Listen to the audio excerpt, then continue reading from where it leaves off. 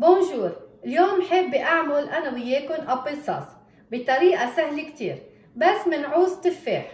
وهلأ خلينا نبلش طريقة التحضير. وهلأ لأعمل الأبل صوص أنا حضرت 3 تفاحات. فيكن تعملوا أبل صوص بكمية كبيرة، تفاح كمية كبيرة أو كمية قليلة. فيكن تستعملوا حيالله نوع تفاح انتو بتحبوه. فيكن تشكلوا أنواع التفاح لتعملوا الأبل صوص. أنا عندي 3 تفاحات من نفس النوع. هلأ رح أقشرهم. أنا بدي أشيل القشر والبذر التفاح. فيكن تقشروه بحيالله طريقة انتو بترتاحوا فيها.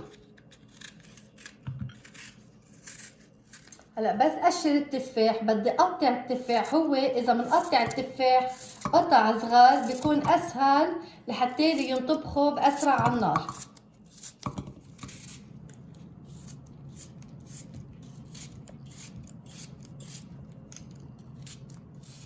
وهلا خلصت تقطيع التفاح، لازم فوت على المطبخ وبلش بطبخهم.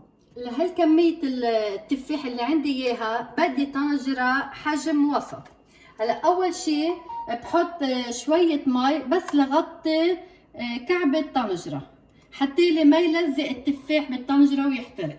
هلا بولع النار على الوسط وبنطر لبلش المي يسخن. هلا بلشت المي عندي تسخن، لازم نازل التفاحة عليه. اهم شيء انه الطنجرة اللي اخترتها لها غطا.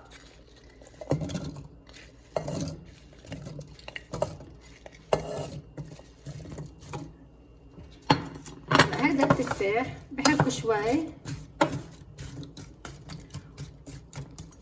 ولازم غطي الطنجرة وخلي التفاح على حرارة وسط او بين الوسط والبطيء، يعني بين الميديوم واللو. كمان الوقت حسب نوعية التفاح. في تفاح بيبقى قاسي بياخد وقت اكتر بطبخه على النار، وفي تفاح بيبقى سوفت طري بياخد وقت اقل. واللي بيحب ينكه التفاح في يحط له عودة قرفة. يعني هلا لو حابة اعطي نكهة للتفاح انا بسقط عودة قرفة او كبش قرنفل. هلا رجعنا لحتى نشوف الابل صوص. مثل ما شايفين التفاح عندي استوى على الاخر، بقاش بده طبخ على النار. اخذ معي ربع ساعة على القد. انا كنت مفتكرة رح ياخد اكتر لانه كان التفاح عندي كتير قاسي، بس ما اخذ اكتر. هلا لنعمل ابل صوص يا اما بستعمل الشوكة يا اما بستعمل هيدي في معصن فيها مثل عم بعمل بطاطا بيوريه، او مطحنة الكهرباء اذا بدي نعمهم كتير واطعمهم للبيبي، مثلا طفل عمره من ال7 اشهر وما فوق، او للكبار بالعمر.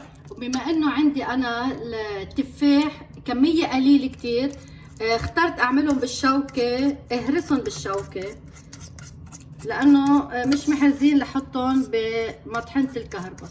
وهلا خلصت تحضير صوص التفاح. مثل ما لاحظتوا انا ما حطيت سكر، يلي بحب يحط سكر في يزيد او يحط عسل. وكمان في رش على وجه الابل صوص قرفة ناعمة. واذا باقي عندكم ابل صوص وما استعملتوهم دغري فيكم تحتفظوا فيهم بالفريزر. والف صحتين. باي باي.